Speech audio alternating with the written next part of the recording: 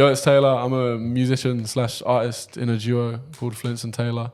You're now locked in with the CEO of You. Let's go. Meet Taylor, a young and talented pianist with dreams as big as the keys he plays. One day, a text message arrives.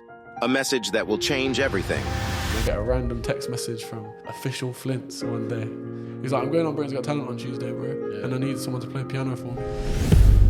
It was so deep, I had to find a pianist, someone to play the keys. And so I messaged Taylor and supplied him with the D's. And just like that, Taylor and Flints found brotherhood in one another and made it to the final of Britain's Got Talent. But was this always the plan?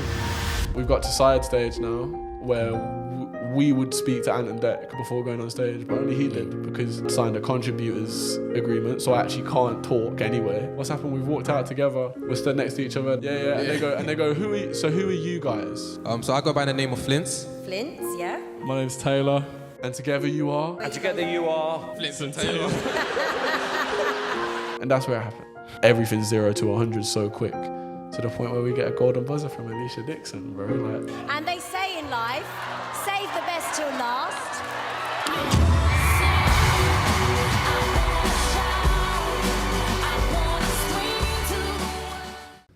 Yo, Taylor, thank you for jumping on. It's all good. To understand someone, I feel like I gotta bring it back to their childhood. So, tell me, what was it like growing up? I don't know, man. I grew up in like an alright area, I guess. What I was area? like in Great Bar, so like Okay. North Birmingham, kind of.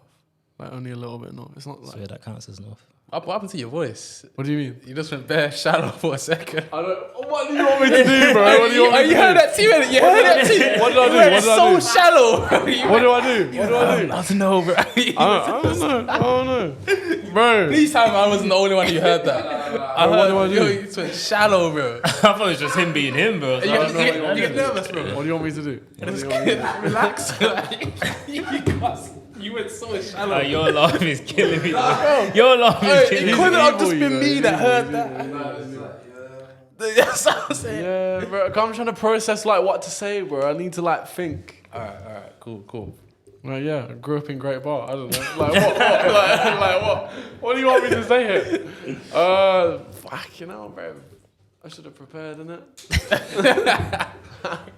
Bro, this is your life. No one knows it better than you. That's what I'm saying. What's it like growing up in Great Bar? It's alright. It's just I don't know how to say it, bro. Like I kind of just grew up in Great Bar in terms of like school life and that. Yeah. School life was okay. I was like the only white youth in my friendship group for a while. I'll be real. So, Like, where does music come into all this with the boys? I don't know. I feel like nearing like midway through secondary school, I kind of went through a hard time in terms of stuff that happened outside of school, like personal stuff or like any kind of altercations that I got myself into, like by accident. Like, you know what I mean? Like those kind of things, like those kind of altercations, kind of fucked me up a little bit. Can I swear? I can swear. Yeah, right? you can swear. Okay. Yeah, they kind of fucked me up a little bit. So yeah, I saw music as a way out. To be honest, my mum's now ex-boyfriend, he had like a piano in his yard. So like we went around one time and he had a piano. I was like, bro, this is sick. I'm sitting here all day like just pressing on random keys, bro. Probably sounded shit, but like just pressing on random stuff. And he was like, oh yeah, I've got a spare keyboard if you want it. And that's where it started. Brought it back to my yard. Started working on stuff. And I just learned songs to impress my friends, bro. Like I'd be learning Dave tunes just to go to school to show them like, "Hey, bro, I can play Samantha, bro. 3 days, 3 days." Like that's what it was. That's how it started. And then yeah, obviously, like I said, I kind of went through a hard time. So me trying to find a way out, I was looking at different options. I found a performing arts school in town that I go to now. That's where my college is. So yeah, I auditioned for there. Told everyone, I'm getting in here, I swear down. It would have been awkward if I didn't get in, I'll be real. That would have been so awkward. But so got into there and then like took music seriously, to be honest. Then started working on vocals, like in terms of rapping, singing. And then the opportunity with like Flints came up and everything's just happened from there, to be honest. So you know that difficult time? That's what I want to highlight. So tell me about that. Because I don't know. Obviously, growing up in the kind of area that I grew up in, it's not exactly the easiest time. Like, you don't also feel the safest. Like, bro, certain times you can't even go to the shop without getting checked by someone, innit? You know what I mean? Or like anything like that. It's like, oh, where are you from, bro? Like, where are you from? Like, bro, it doesn't matter where I'm from, bro. I came from down the road. I'm going shop to get milk for my Marge, bro. Yeah. And bro's checking me. Like, it's that kind of stuff. Like, feeling unsafe all the time, and then ending up having altercations because of other friends who are involved in certain things that you're then just dragged into. Okay. So did all that stuff kind of make you want to get out of that environment? 100%, bro. I feel like, not even to be shady on the people who I went to my old school with, because a lot of them work hella hard, innit? But I feel like when you grow up in that kind of environment, there's not enough people with dreams, bro. You get it? Like, not shading anyone who does a 9 to 5, but like, I wouldn't want to do a 9 to 5 for the rest of my life. A lot of people go to school, to go to college, to go to uni, to do a 9 to 5 for the rest of their life. It's like, I don't want that life. I want a high life, bro. I want to live it up with the big dogs, bro. You get it? That's where I want to be. And I've always been like that. I've always been driven. Hence why I took myself out of these environments and surrounded myself with people who just want to win. Because that's how you got to be. If your people aren't trying to win, then you're not going to win, bro. I agree with that. So what about like your friends now when they see you? Because obviously since then, you've done a lot of great things. Yeah. Bro, I went, you know what I did the other day? I went to like a pub near Great Bar just because I knew loads of my friends were there watching the football match. I went there and they're all like, what is this celebrity doing in the pub, man? What's he doing in the pub, man? I was like, bro, I just came to say yo, bro. Like, that was it. I was there for like half an hour. I said hi to everyone. But I feel like the only problem is once you get to that point, I feel like people then just ask you the same questions, innit? It kind of gets a bit boring to speak to the people who you used to chill with, because it's always, oh, how's that music thing going? How's that going? And that's the only convo they got for you, though. Like, it's not, oh, how's your mom? It's not like, bro, I grew up with these people. They know my family, all of that. Yeah. But it's always, oh, how's the music thing going? Oh, yeah, sick, man. I'm proud of you. Done. That's the convo. That's all they got for me. Mad. Bro, I went to that pub for half an hour. I had the same convo with about 10 people and then left. Nothing else. That's it, bro. You get it? Like, once you get to that certain point, that's all people want to know. Like, it's the only small talk they can come up with. Do you ever feel like they just stay in contact? Did they stay in contact with you? Or is it you reaching out to them? It depends. It depends on the friend. Like, certain people I feel like I stay in contact with, and then certain ones where we're both kind of leveling it out, and then other ones where like I just see them around, innit? And it's just like, oh yeah, how are you type thing. Because I was gonna say, do you ever feel like people are just not latching on, but staying in contact for when you go super clear, and it's kind of a thing where, I know him, that's my boy.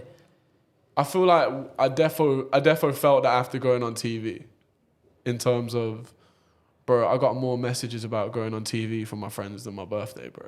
You know what I mean? Real. Like, you get more congratulations messages than happy birthday messages. You know what I mean? Yeah. Like, that shit's mad, bro. That's so mad. It shouldn't ever be like that. No, it shouldn't still. It shouldn't, but it's because people want to claim you. And the second you reply, they're like, yeah, go show their mom. Look, my friend's on TV. Look, you just replied. Like, come on, man. Come on, are we friends though? Like, you know what I mean? No, I hear what you're saying. I'm like, it's not a flex, bro. You should just always support. But this is why you've got to tap into certain audiences, because like certain people won't want to support you, bro. I guarantee there's people when I went on TV who, because obviously it's like a voting system, isn't it? Like, vote for us to win. I guarantee I had at least one friend who voted for someone else. Oof. Bro, there's people like that all the time. There's a guarantee there's someone that's going to do that. Because rather than them being biased to you, they're genuinely voting for someone who they think is better. You get it? I hear what you're saying. Yeah. You know what I mean? What you're saying. Like, some people are just like that. So it's that kind of thing, yeah. Have you had like any friends switch up since you've doing what you're doing now? Yeah. I got a mad one, actually. Go on. So when I was in secondary school, I got jumped by one of my boys. Swear down. Yeah. So I grew up with him. I knew his parents. He knew my parents. Like, we were friends from like kids, bro. And then started getting involved with the wrong people type thing. Then I've ended up going to the park with like all my boys. This is everyone. There's like 10 of us rolling out. And then he came as well. Like, just randomly bumped into him. And he was like, yeah, I'll roll too, man. Let's go. Next thing you know, he's grabbing up my bag. And I'm like, bro, why are you grabbing my bag? Why are you grabbing my bag? And he's trying to tug it off of me. I'm like, bro, what are you doing? Is this after Britain's Got Talent as well? Nah, this was years ago. This is like secondary school time.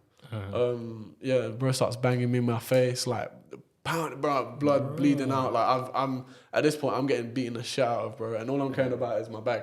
I know I got bread in there.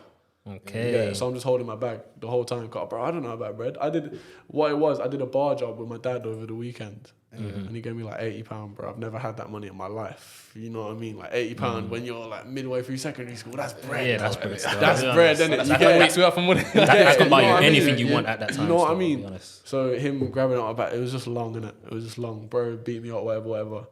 And then, since then, bro hit me up. He hit you up? Saying what? After BGT, he was like, oh, bro, like messaging me being like, oh, congrats. And then he was like, do you know who this is? And I was like, no. Sends me a snap of him in some next place. I don't even know where he was. You know what I mean? Yeah. He was like, oh, bro, like, I'm sorry about what I did years ago. I was in a bad place. Like, I know your mom and your brother. Like, I wouldn't ever do that to you again. Like, you know what I mean? Wouldn't get the chance to do it again, bro. Yeah. Nah, that's pathetic, I'll be honest. I feel like, I don't know. What's his reason for messaging? It's just thought he'd reach out. That is mad. It's mad, isn't it? So what did you think of that? Did you reply?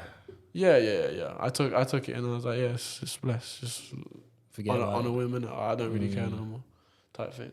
But at the time, that fucked me up because it wasn't just a thing where he physically like banged me up at the time, bro. But like he still went to my school, bro. Oh yeah. He so still it went was to my just school, bro. He'd sit behind me in lessons and be like, you know what happens to snitches, innit? You know what happens to snitches? You can't tell no one about this, you know. You know what happens to you.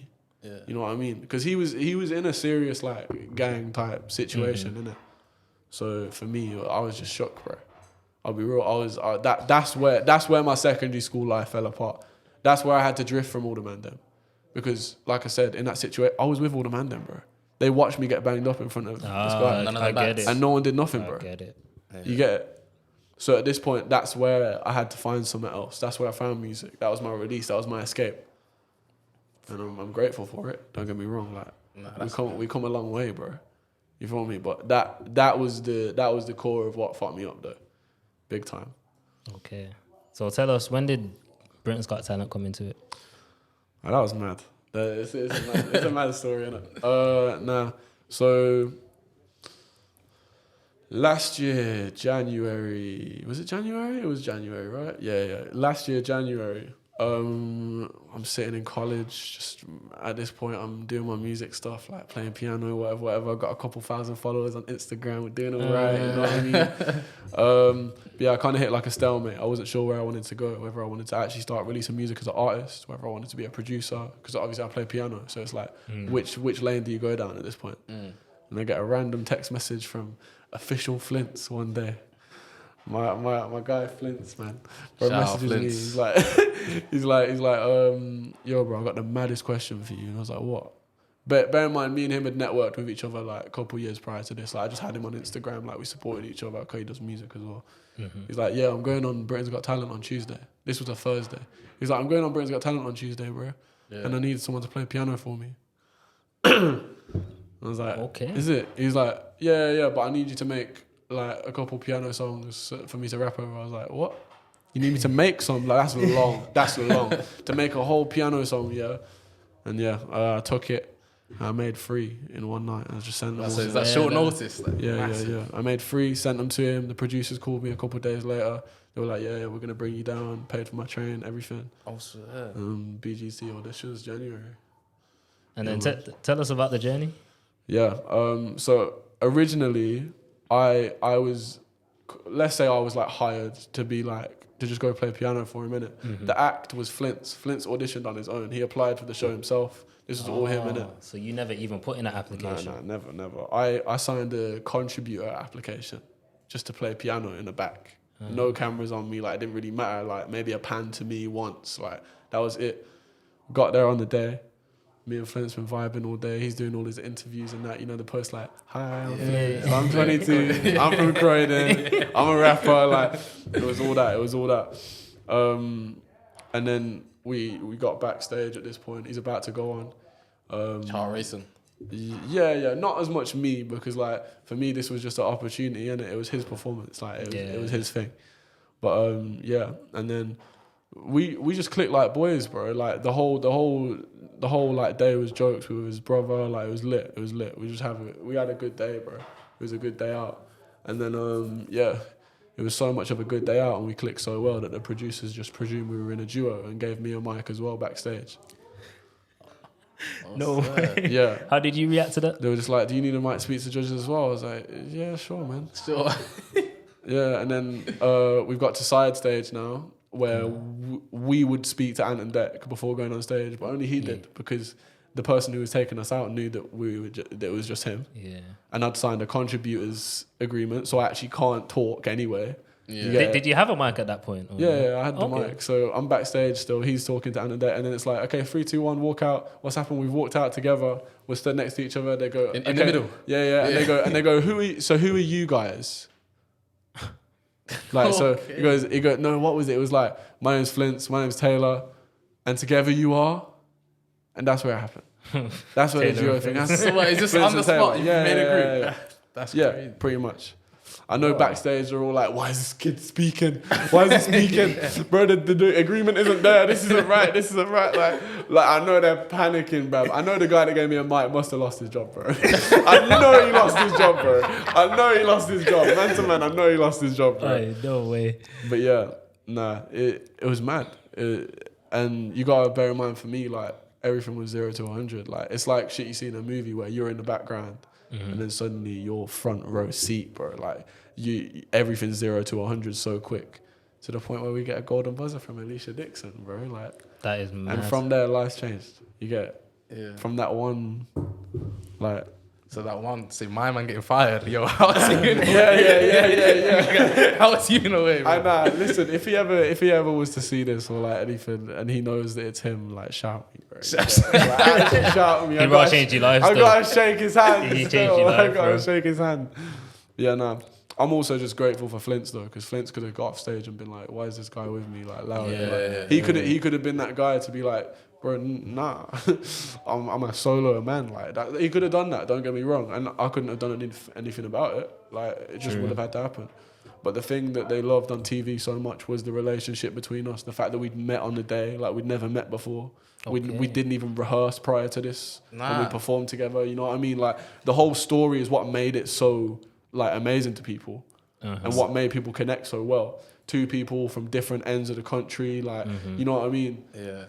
Was this ever spoken about on Britain's Got Talent after the performance? Like, what, in terms of the accidental duo thing? yeah, when they're like, mate, you wasn't supposed to speak or anything. Nah, not really. It was in the papers and that. Like, we had one like media interview, and yeah, they got it out of me. They knew though. I don't know how they knew, but the media were like, "Weren't you not meant to be in it, Taylor?" And I didn't know what I was allowed to say, so I was like, and then like we had a media person on, like, from BGT, who just jumped in and was like, "No, he wasn't. No." Like, she was just letting them know that she was more letting me know that I could say it, because I didn't know whether I could speak about it or not.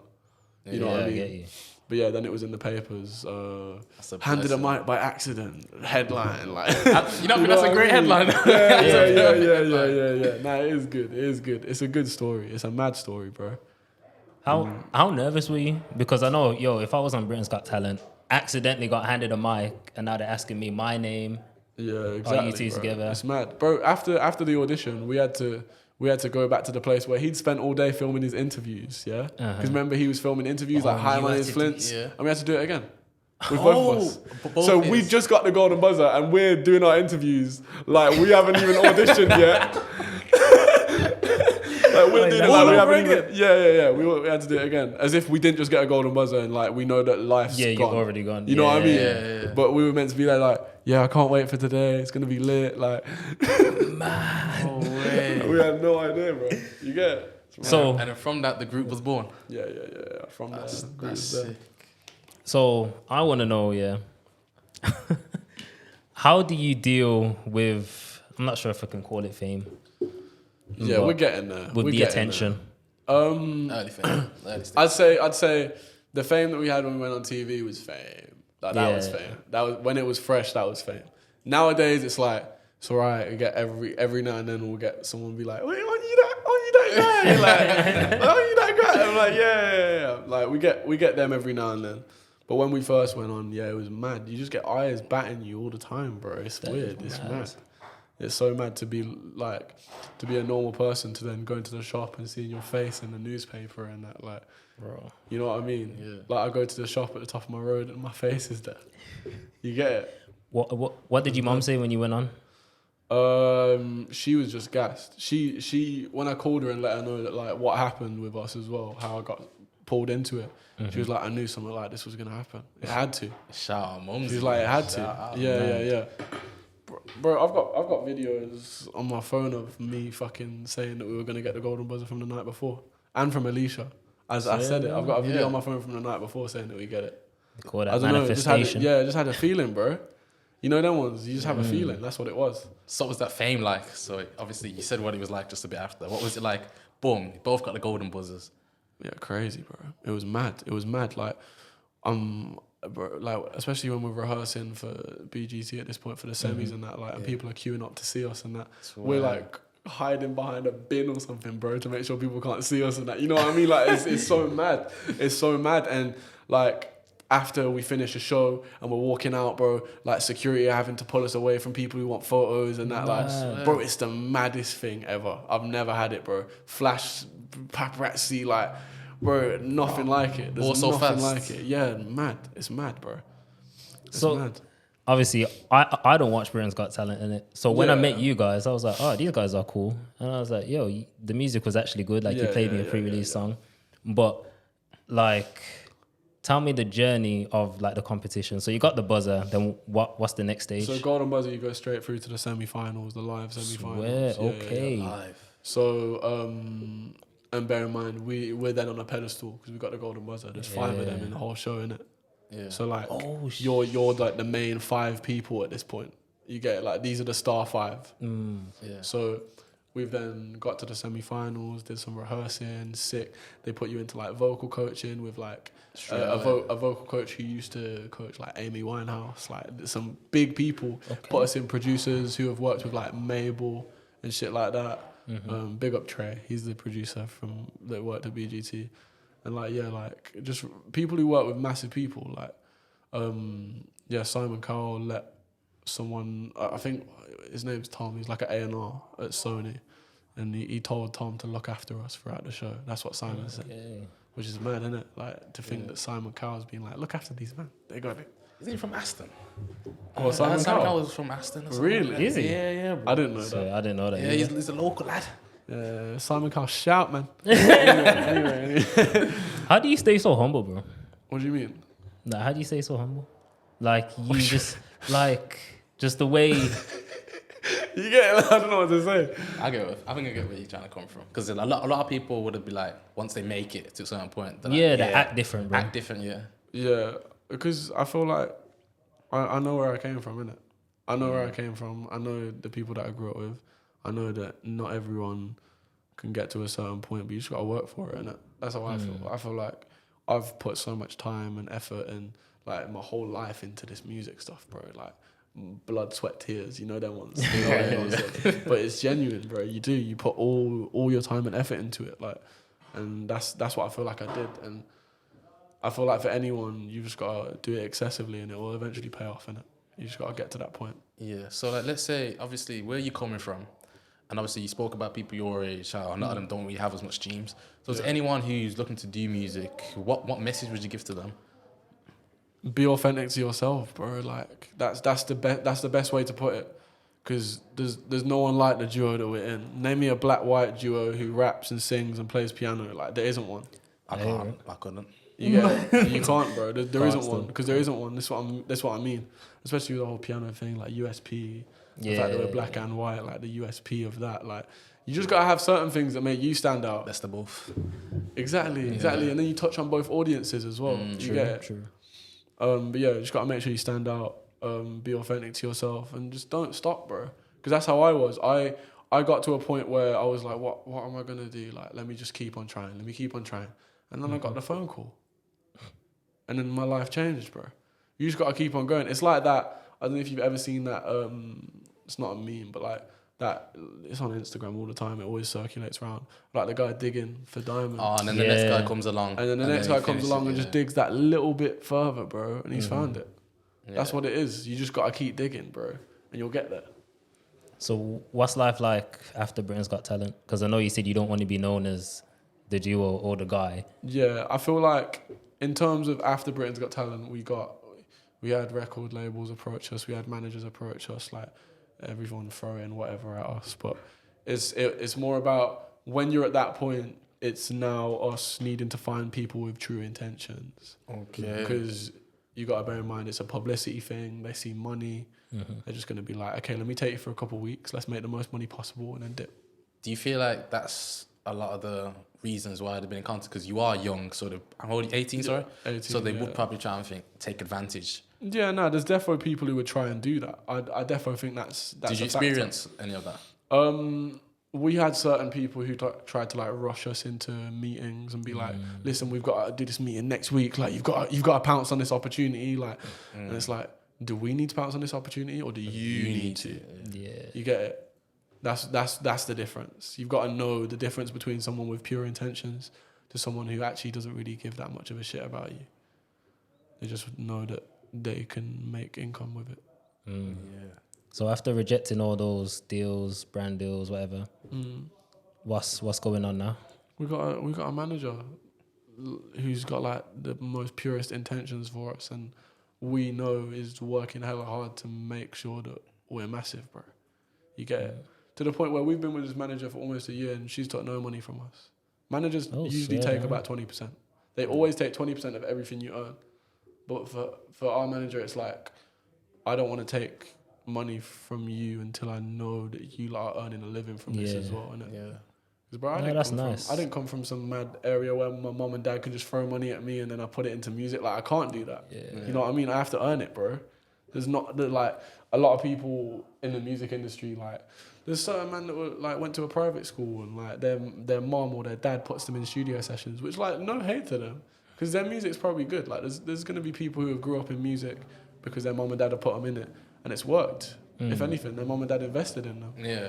But we just need that investment from somewhere else because, like, there's just certain privileges that other people have that we might not. So how did you, like, have support and guidance after you finished Britain's Got Talent? You both a group now. We kind of came together and was like, okay, we need a manager straight away. Like, and what exactly were the things you were looking for that would make a good manager who would work best for you? We reached out to anyone who we knew who was in the music industry, like the vocal coach that we worked with. Yeah. And Alicia Dixon even, like, we chatted to her about it and we're like, do you know any management you could push us in with or, like, refer us to so we know kind of a good idea? And, like, the vocal coach we were with, oh yeah, and the A&R guy that worked at Sony who worked on our music with us, like, we were asking basically anyone who approached us, we'd send their profile to them and be like, ops on this person, like, are they cool? Certain ones will be like, yeah. But certain ones will be like, yeah, like, try it. See what happens. But yeah. And those ones didn't really turn out well. But, like, the second we found an independent manager who had our complete best intentions and we knew could do well for us, like, it's just all worked nicely.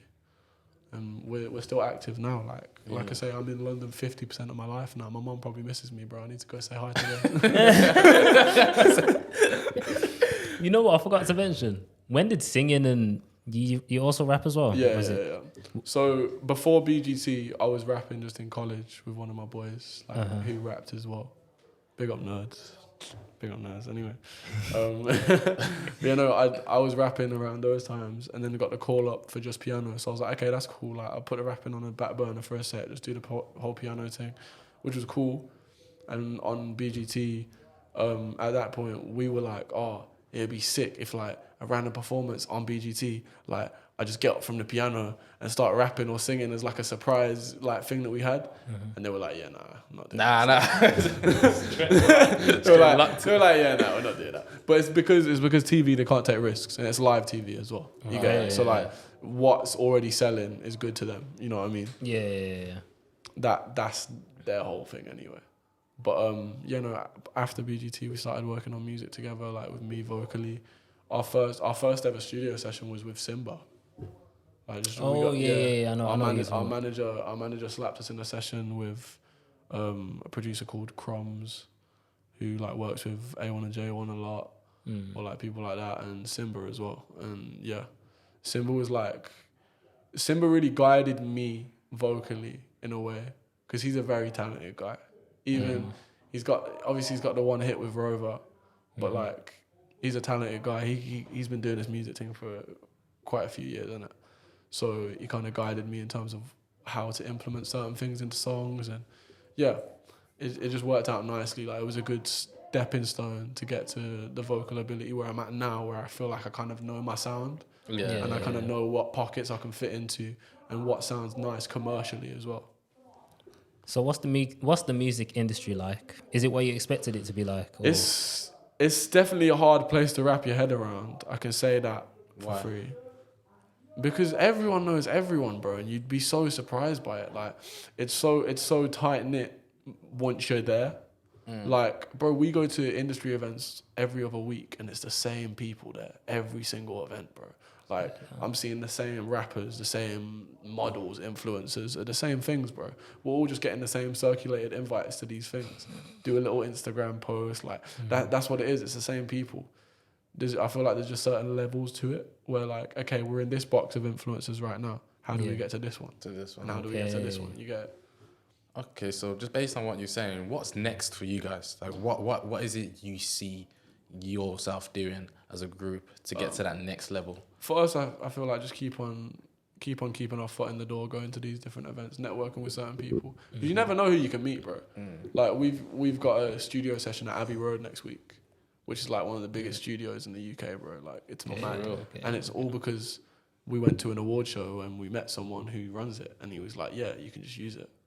You know what I mean? Like, so going to these places brings you so many different opportunities.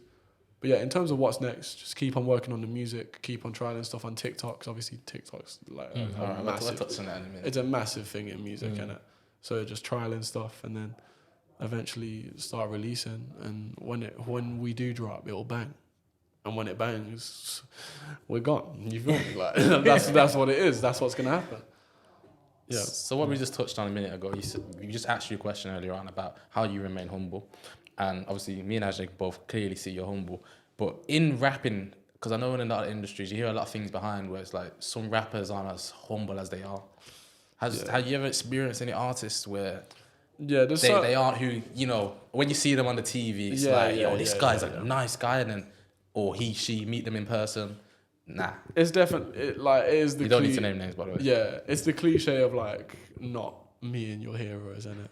Because there's just certain people who won't be as nice as you think they are. Whereas, like, don't get me wrong, there's certain nice ones. Like, bro, I met Stormzy before, and he was sick. Like, he was so nice, and he proper took me in, like, listened to what I was saying, like, cool guy. But there are just certain people who you'll bump into, or like, they'll just be rude for no reason type thing. It all depends. It definitely depends on their background and how they grew up and what they're on. You know what I mean? Yeah. Because certain, especially rappers, like, certain men just roll with the ego, like, I'm the greatest ever to live. Like, I'm the GOAT. You get it? Yeah. There's certain men that are like that, but I don't know. You experienced that firsthand?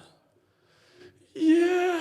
There's certain. You got a story? You got a first story? There's certain men that are a bit mad. I don't know what I can say, but like, yeah, I'd just say certain people defo step out and do the whole facade thing. Yeah. Like, I was at a show the other day watching someone, and like, I won't say who it is or like who was there as well, but like someone who was there, who's like relatively famous, was like standing behind me watching the show as well, and they're clearly friends with this person who's performing. And they were like, "Yeah, I'm just here to show my face, and I'm gonna go. I'll probably dip in like 10 minutes." Like, they don't care about the show, bro. They're just there because I've got to show my face to look good, and then I'm gone. Right. Like, certain people are like that. It's kind of mad. And I only heard that conversation because I was like eavesdropping a bit. Yeah. But like, it's mad that certain people are just like that. Like, it's all a game. You get it. Do you reckon there's a lot of what's the word? Hidden agendas in the music industry, as in people just want to get what's best for them, and then that's it. Yeah, I feel like there's a lot of people who are very much selfish in a way, but I feel like the music industry is selfish anyway. Like everyone's selfish in the music industry, bro. You're there to make money at the end of the day. As much as you love music, everyone's gonna love music in the music industry. That's why you're there. But True. you're also gonna eventually fall out of love with that if all you're depending on is money as well. You get it? So it's very hard. It's very hard to determine who has the purest intentions, because money is always going to play a factor. It's always going to be a thing. It can always be the driving force for most people. You know what I mean? Is it for you? Because once you see a check, it's like, yeah, here we go. But for me, well, I'm not making a mad substantial amount of money to do music with. You know what I mean? I'm just doing music because I want to do it, and I know that I'll get to a point where I'll make money, and that'll be my reward. Yeah, I get you. Yeah, and the other reward is the impact that I'm gonna have on like other people, bro. Like, I want people to be fans of us, to come to our shows. I want them to feel like we've changed their life with our music. Music's such a powerful thing. You know what I mean? Music's such a powerful thing that will live forever, bro. And it can change people's emotions. Like, bro, we could put a sad song on right now. You start thinking about your ex-girlfriend or something. You know what I mean? You know what I mean? But like, it's that kind of thing. Or like, you put a summer bop on, everyone's jumping about the room, bro. All from a sound, bro. You know how mad that is? Like, anytime I hear that, "Wait for You" by Future. you know what I mean? This is what I'm saying. This is what I'm saying. Like, because, bro, imagine a club without music. Dead. What are you doing? What are you doing in this club without music, bro? That's Nothing. awkward, bro. Social event. You get it. You know what? We talk about this off camera though. We said, how would you feel if you just dropped music and it didn't get views? Would you still be happy with it? No, because I put so much time into music, and also money to release stuff, bro. To even get stuff recorded and release it is expensive. Like, music is expensive, you get it? So releasing these things to the high quality that we have, to then see them not bang, it's just a bit demoralizing, I feel like, because you've put so much time and effort into it and no one's really taking that in. But that's why you've got to make them take it in. Like, people aren't going to listen to your music unless you give them a reason to. Like, bro, it's so long to post a TikTok being like, this song's out now. How many people are going to firstly watch the video, start to finish? Not a lot of people are doing that. To then go, oh yeah, let me swipe off the app. Let me go find another app. To then go search you up. To then press play on your song. To listen to that start to finish. Like, it's a lot of time that people on the internet don't have, bro. They don't care. They want a 10-second clip on TikTok that could just go, oh yeah, that's cold. Yeah.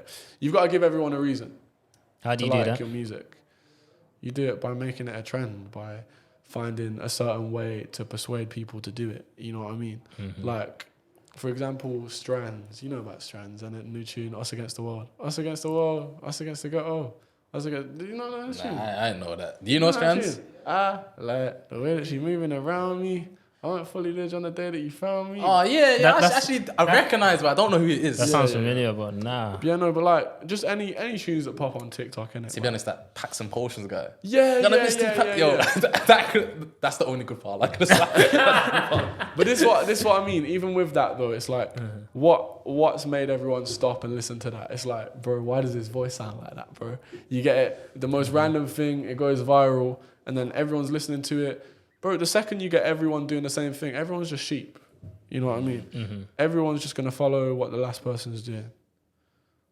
It's a weird one. So hence why influencers are called influencers, bro, because they influence people who look at them to go do this thing.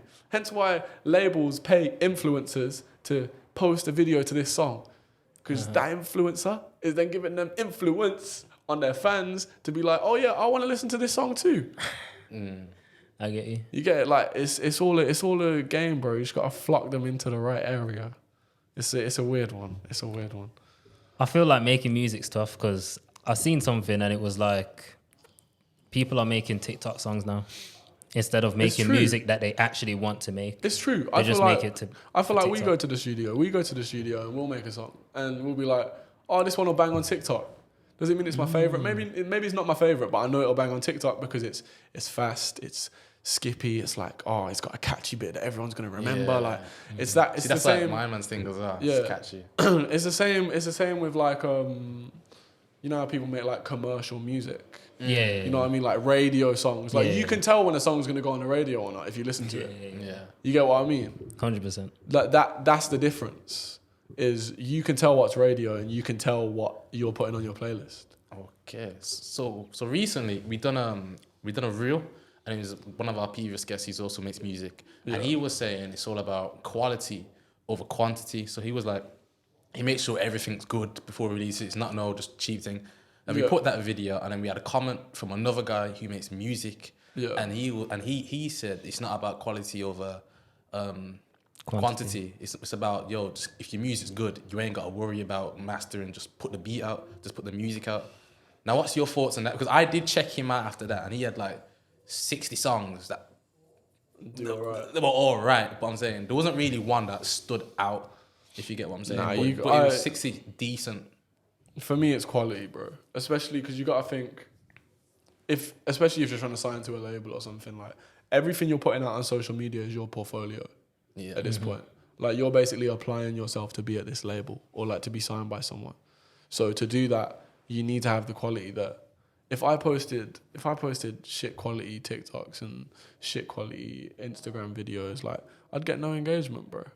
There's a certain aesthetic to everything. Like there's a certain aesthetic that people have to play with. Like for Strand's example, he's in a really good relationship with his girlfriend, and he uses that to his advantage by pushing it on social media. He'll take videos on like old camcorders of them going to Paris or something, and put the song in the background. Yeah. And it's like, a girl watching this video is gonna send this to her man and be like, oh, we should do this. And then it's him listening to the song. Mm-hmm. And it's that whole influence there. That, like, there's a certain aesthetic to everything. If Strands put a video out and went, yo, Strands, my new song's out now, like, go stream it. No one's doing it, bro. You're skipping the video. Like, you are skipping the video. Unless you're his friend. Yeah. Unless you're his friend. Let me ask you my personal question. One that I ask everyone. What's 7 things that you can't live without? Music. And then, like, the food and water, obviously. Yeah. We'll allow that. I forgot. I literally don't even remember, bro. Music, food, water, family, friends. Family and friends is one, by the way, just saying. Yeah, money. You need money. You can't buy nothing without money. Maybe my phone. I need my phone. Money, what was that, 5? Yeah, money, and then obviously like you need the Wi-Fi for the phone or whatever, and then flints, bro. Can't live without my boy, man. I need that guy. Need to help me get the bag. Okay, I got my personal question. I can't remember the previous one, so we're gonna have to go with a new one. But let's say, for example, because you're still very early in your age. Yeah. Is there specific people you try to inspire to better themselves to do music? Just younger people, bro, or like anyone who's even around my age, because you can still do it now. Like 18's a good start-up age anyway. Like I feel like music has no limits, really. You could peak at any age, bro. Look at Pete and Baz, bro. You know them two old men. Bangers, bro. You know what I mean? Pete and Baz are cold, man. You know what I mean? This is what I'm saying. Like there's no limit to it, bro. There's no limit to it. So what I'd say is just whatever you want to do, start it ASAP. I still think they got the best plugged in. I still think they have the best plugged in. They have the best plugged in. I actually want to know who writes for them, whether it's them or someone else. You don't think they write? No, I don't know if they write. I don't know. Do you think they write? I don't know. I think the bars fit them, man, perfectly. They do. They do. But it's the question of are they writing them? Maybe they are. They could be. You reckon a lot of rappers have ghostwriters? Yeah. Have you got a ghostwriter? No. Have you got a ghost? Everyone has writers though. Everyone has writers though. Like we've had songwriters in our sessions. Everyone has songwriters. If you're with a label or management, like you will always have songwriters because their main thing, when they book a studio session with a producer for you, they'll also get a songwriter to come as well. Because it's just like an extra pair of ears, bro. Like everyone takes in music different ways. So it all just depends. But do you feel like music would lose its authenticity if someone's changing a few lyrics in yours? I don't think so. I think it's bad if they're writing the whole song. Okay. I would never let someone write a whole song for me. You get it? Like, I'll always have my own authentic part of it. But, like, to have that extra pair of ears or anything like that, like, my 2 friends that you spoke to earlier, like, they've helped me write before. but it's not where they're writing the whole song and I'm just singing over them. Like I'm doing my own thing on it. They're just helping me with lyrics or something because they might be more lyrically inclined. Do you get it? Yeah. So what if scenario last one of the day, will.i.am comes to you like, yo, I've got a song for you two. Everything's written out. The beat's there. Template's there. All you gotta do is sing it. I promise you're gonna go clear. I'd say and no one has to know. I'd consider it. Nah. I'd want people to know though. That's the thing. Like credit, you gotta give credit where credit is due. I'd never have a ghost writer, a ghost producer. Like the credit's always gonna be there for me. Like I like. Would you say publicly people? Yeah. If he asked, or would you go out and say? If he wrote it, yeah. Because like, bro, there's loads of people like that. Pharrell Williams has wrote songs for like Frank Ocean before. You wouldn't even like know. You know what I mean? I know Frank Ocean. Yeah. Frank Ocean's a sick must know artist. Frank Ocean. Yeah. Frank Ocean kind of big. Yeah, bro, he's massive. Frank Ocean's big, yeah. I know who he is. That's what I'm thinking. But you looked at me like, saying, yo, you know Frank Ocean. So like, Pharrell has wrote loads of big songs, bro. Like Ed Sheeran's wrote Justin Bieber's like biggest song, bro. Like, there's so many songs like that where other people have wrote them. There's no problem with that because these artists are also putting a spin on these songs themselves. Like, there's a certain artistry that they put into it. But I'm more talking like this. Someone's gave you a song and all the harmonies are there and all the like main vocals are there and all you've got to do is delete their voice and replace it. You know what I mean? Like that's where it's a bit, come on. Like, you can at least do that, bro. Okay. So like, as a musician though, when do you find yourself being most creative? So like, actually sit down and want to write lyrics, or is it only in the studio? I'd say in the studio is peak time because obviously like that's what you're there for. But like, I've got my piano at home, innit? So whenever I'm sitting in front of there, I'll do a little you know what I mean? Or if I'm like, I'll find a day where I'm on YouTube just looking at music, like, or listening to other artists. They'll just inspire me to do something, and then I'll be like, okay, I gotta go. I gotta make something right now. Gotta write something. Yeah, it depends. It could even happen with movies, bro. Like, you could be watching a movie and like the story of this movie's mad. Like, I should write something about it, or like write how I'd feel in this situation. Like, there's so many different ways that you can take it in. Okay, I like it. I like it too. Anyway, thank you, Taylor, for coming on. Appreciate it. Come on. And from Birmingham to London. Yeah. Shout out Taylor. 1-2 on, boy. Wish.